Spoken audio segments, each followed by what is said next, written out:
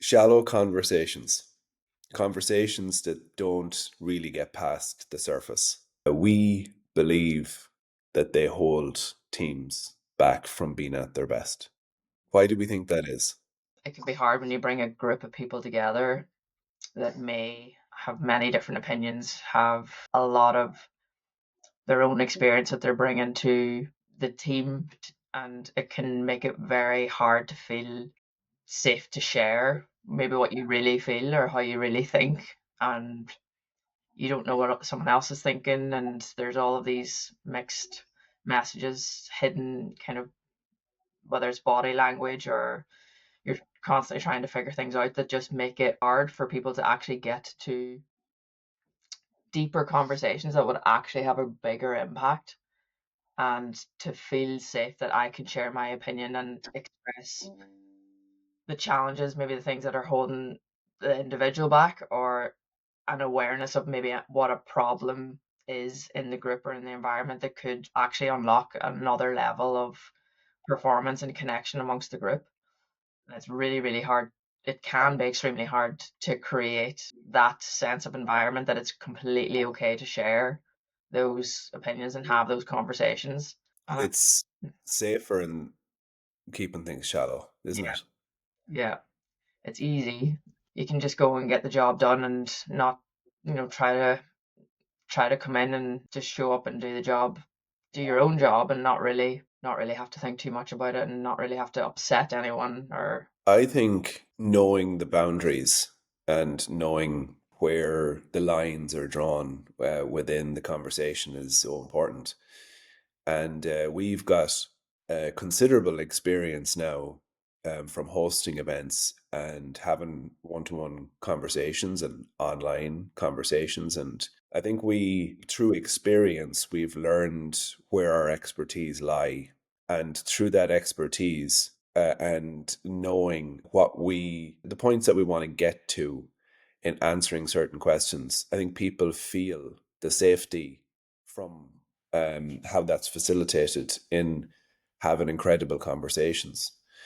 And I think what absolutely fascinates me, what fills me with energy, what I love about what we do is how much of an impact you can have by just going to the right point and knowing that if we simplify this for people who are listening, we ask questions that relate to performance and getting people to define what performing well and feeling well means to them. And when you ask that question, everyone has a different answer, but it generally falls within a certain, let's say, criteria for now, which ranges within the pillars of performance in eating well, in exercising, in managing stress, and in sleeping well. And like going back to that point and how it feels, when people actually put the reasons to live well and to prioritize their health and performance, when they put that in the right place, geez, it's unbelievable the conversations you can have and how that affects people's belief and confidence. and it can look so simple on paper when it's written down and you're having these conversations and it feels very obvious. But then we always shift it then towards what are the things that hold you back from being able to do those things that you know are important and helpful. And then that other question of, well, what would actually allow you to be more consistent with being able to do those things. Where you can get to when you actually start to explore this in your own life is incredibly powerful, because you start to see very specific examples of how important those pillars are, and how important being able to identify the blockers, the things that are actually stopping you from doing it, because it becomes way more actionable when you say it out loud and when you have it written down and it's in front of you, rather than it just being this kind of build up of not doing it and not actually having a source of action or a clear step forward. I'm blown away by, and I'm not using that word lightly, how little people spend talking about these things and how simply just we ran this extraordinary event in Clifton, one of the most pivotal in our business ever, where people simply shared more about who they are and what energizes them and what they enjoy and what they want to do more of. And it's just creating the space for those conversations. And I just want to add, for anybody who's listening to this, I think sometimes the perception of these conversations are that they go extremely deep, and sometimes like you're bringing up things that maybe people haven't processed or dealt with. That's not what this is. This is not talking about really difficult periods in people's lives where these are not they might feel like therapy, but they're not therapy sessions. They're simply being excited and being clear about how you give yourself the space to think, and connecting these things are in health and performance to doing more of what you want to do. Yeah. In that environment last week, the strength and the talent in the room was like to watch and witness like how smart and capable these people are, and then to hear that there's so many areas that could be explored to allow that to come through even stronger, and to get to the performance levels that they know themselves that they are capable of, is where these conversations actually, you can see the importance of them, because a lot of people that are hypeable, ambitious, live in this frustration of just, I'm not doing these things, I'm not consistent with X, Y, or Z. And instead of being able to have a space to vocalize it, it can continue to become the thing that keeps holding them back. And that's what this space, these types of conversations, and actually, whether it's coaching or it is just giving time and prioritizing the the space to talk about those things, really does allow it to change the trajectory that you're on. We're really programmed now for doing.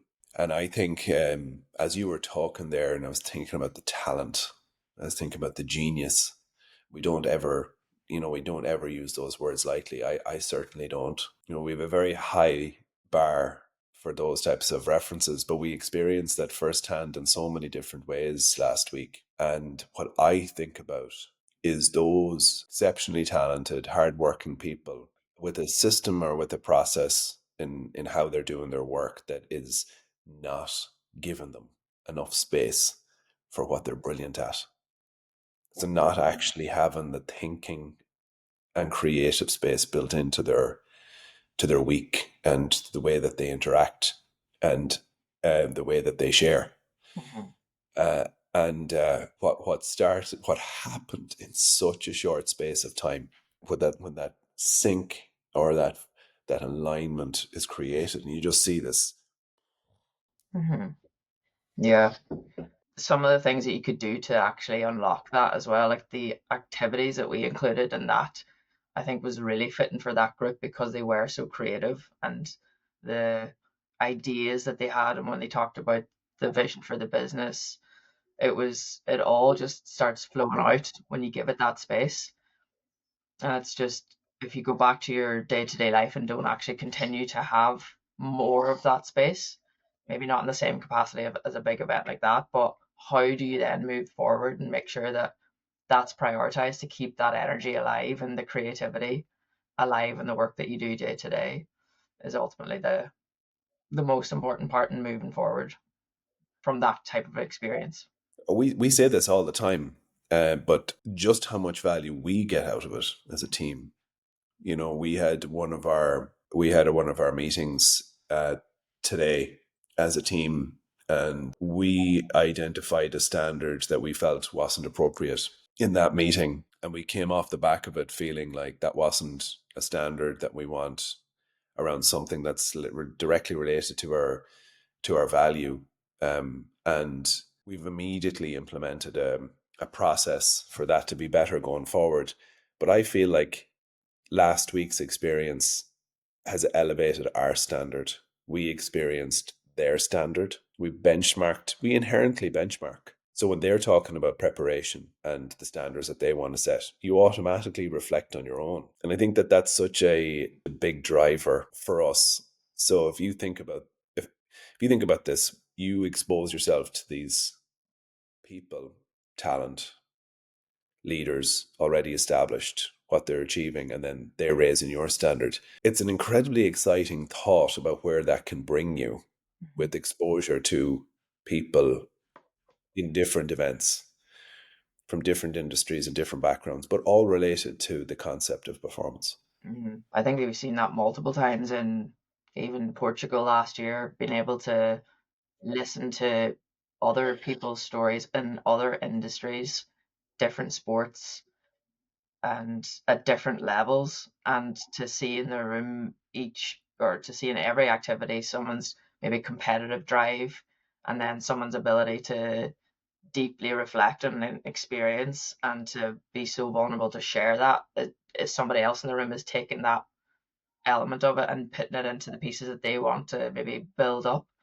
I think that is one of the most powerful things of these in-person events, is that you really get to, if you are serious about developing or progressing in sport or business or your career, any your health and your performance, it is ultimately comes from the inspiration and the learning of others, and having that space and time to really think about it yourself, and not just kind of let time go by and hope that things change, but really actually giving it the time that it deserves. If I think about another element of it that I've always recognized was important, but something that came out of it very personally for me was the idea of team.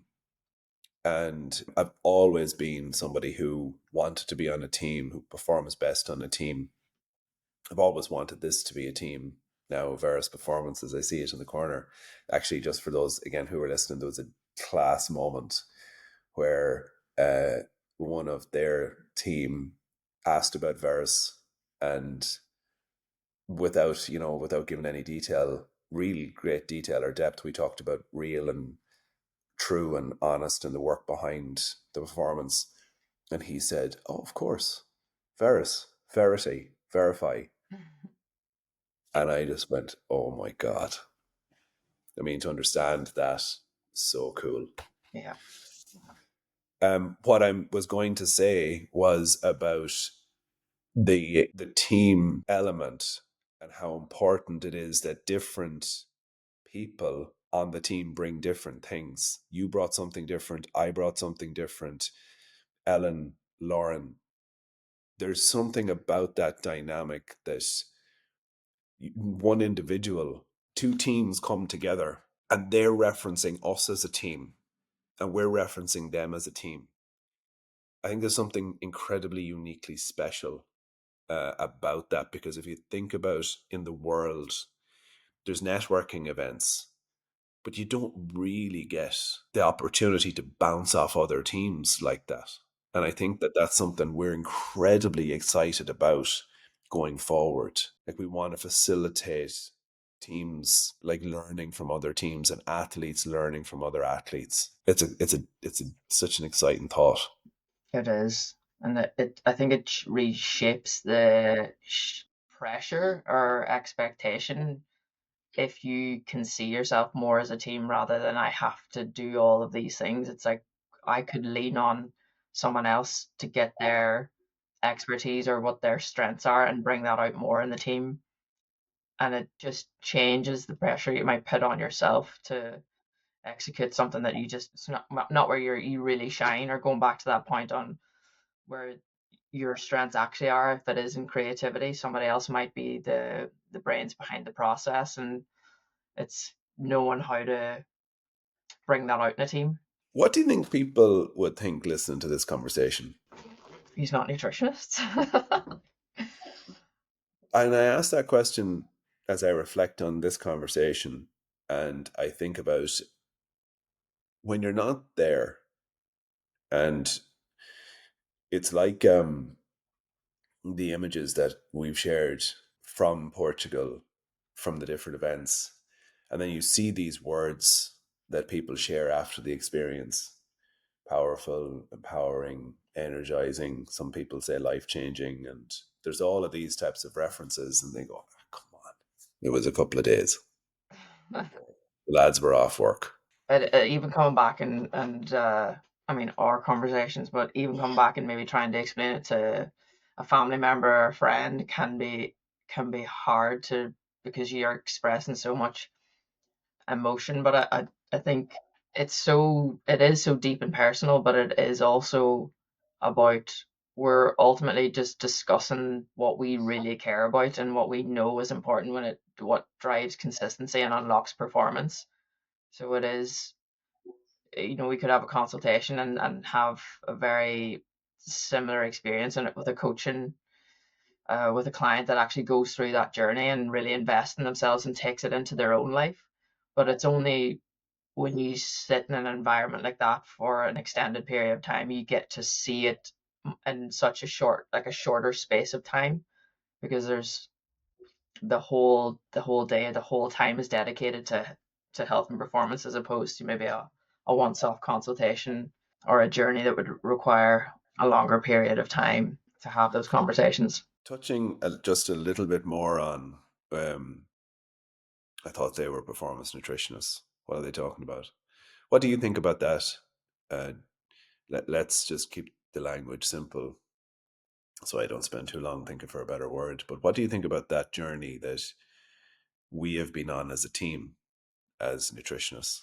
There's a very funny comment. One of my friends messaged me. He said, because when I put the event up on my social media yesterday, he messaged me. He says, I thought this was another brand that you were saying we have to try their pizza.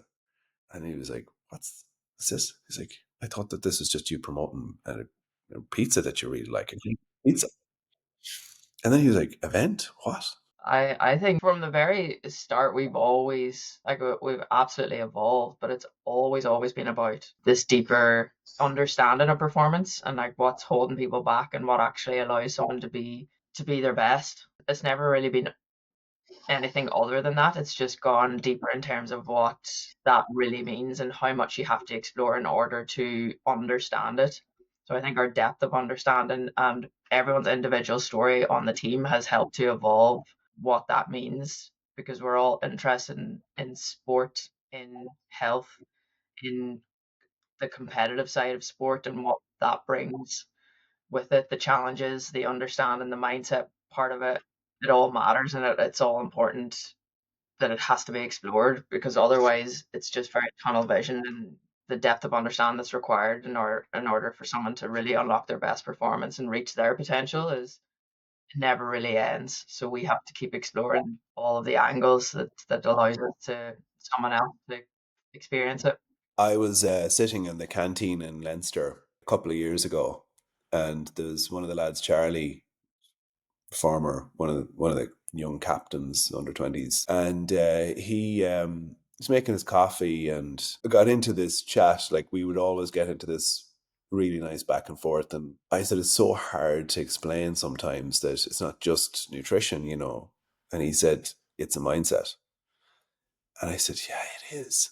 And he says, look, it is totally about a mindset towards this part of your performance. And there's so much depth to it being about a mindset that we've known for so long. And I often think about it or described it when I was in these environments. I found like I was in a space between everything else. I was in the space between the coaches, the space between the S&C, the physios, the medical, the tactical, and nutrition is a core pillar that is part of the preparation and the recovery. But it was the space sort of that created a glue in the wider lifestyle that impacted all areas. And I feel like what we have done is we've allowed that to flourish through our conversations. And we talk about the entry point being so easy when it's facilitated through food. And I think that was such a big part of the success of our event last week, was that it was with people who also cared about the quality. of their product and of food, and it's something I've reflected on. If people are interested, we are running our next event in Portugal, and we have in May, and we have approximately, we could squeeze another person in, but we have 3 places left. And we also run events now with businesses and teams. So if people are interested in hearing more about the events we do, be the second half of the year. If you are interested in doing something, we've feel very fortunate to have stepped into a space that people seem to want to explore with us. So it's unbelievably exciting. Last words to close off to you, Gemma. I don't know. I'm incredibly excited about this, getting the event space, the in-person work that we do, and to actually maybe speak more about it and allow other people to experience what has been experienced for the people that have come to our events, and especially last week. If you're listening to the podcast, we are very much at the early stages of this getting out there, and just thanks, and don't be afraid to let us know what you think.